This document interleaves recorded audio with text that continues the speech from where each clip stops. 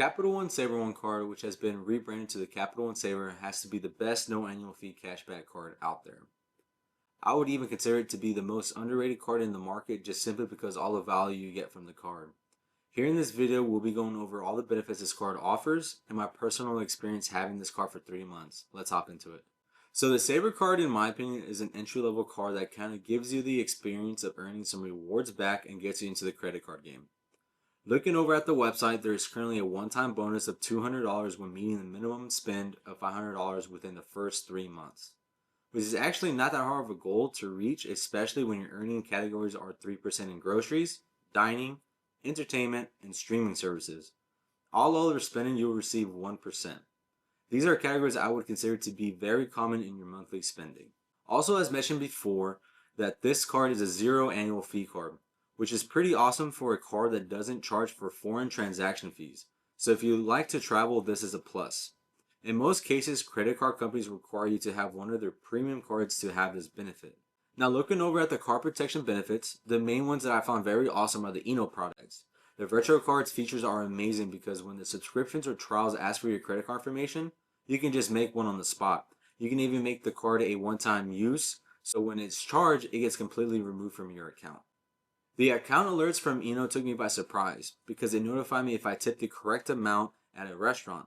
Now, I haven't heard this feature be explained enough through another video here on YouTube, but it's definitely something I'm putting on the pros list for this card. For those that don't know, this card is usually paired with a Venture X card, which is also known as the Capital One Duo setup. Many people use this setup to optimize their travel experience. And what makes this card so great is that you can transfer your cashback rewards to the Venture X credit card as points for travel redemption. This is huge because if you know how to take advantage of the transfer partners, then you know you can get almost all flights at no cost. But since we are only covering the Savor card today, the Duo setup will have to be explained in another video. Let's head over to the website so I can show you how it looks on the user end. The layout of Capital One is super user friendly. Love the straightforwardness and simplicity. As you can see, it says Savor on the top left. Right below it, you have a button to look over your rewards. Right across, you have the make payment, last statement, and credit line. Obviously, you see in the middle my current and my available credit. Scrolling more down, you see the transactions, which is pretty standard for any credit card. Now, if we click on View Rewards, it will take you to a different page and click under Earn Activity. This section will tell you how much every transaction was worth in rewards. I tend to test different stores to see what I can get away with in regards to the category descriptions. For instance, this new user went to Specs, which is a liquor store here in the Texas area, and it showed on my statement as category merchandise, so I was only able to get 1%. But if you tend to go out to bars and they serve food, it still qualifies the transaction as dining, which is 3% based on my experience.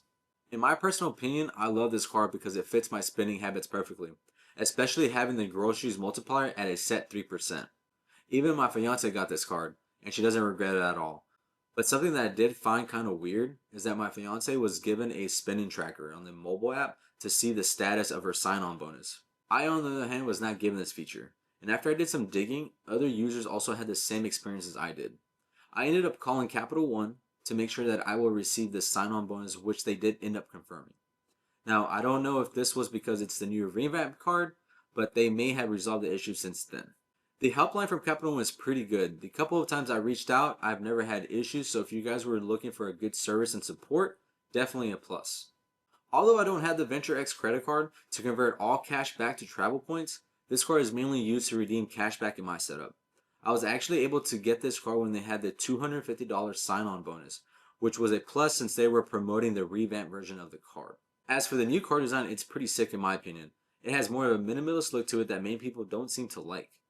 To me, it's not that bad as others people made it seem to be, and I have even got a few compliments on the card when making purchases. Now, I know there are some credit card gurus out there that would say that I should have saved those points for travel because of the better redemption values, but I'm barely getting into the credit card game and documenting my roadmap to share my experience with the cards that I'm applying for and what cards I already have.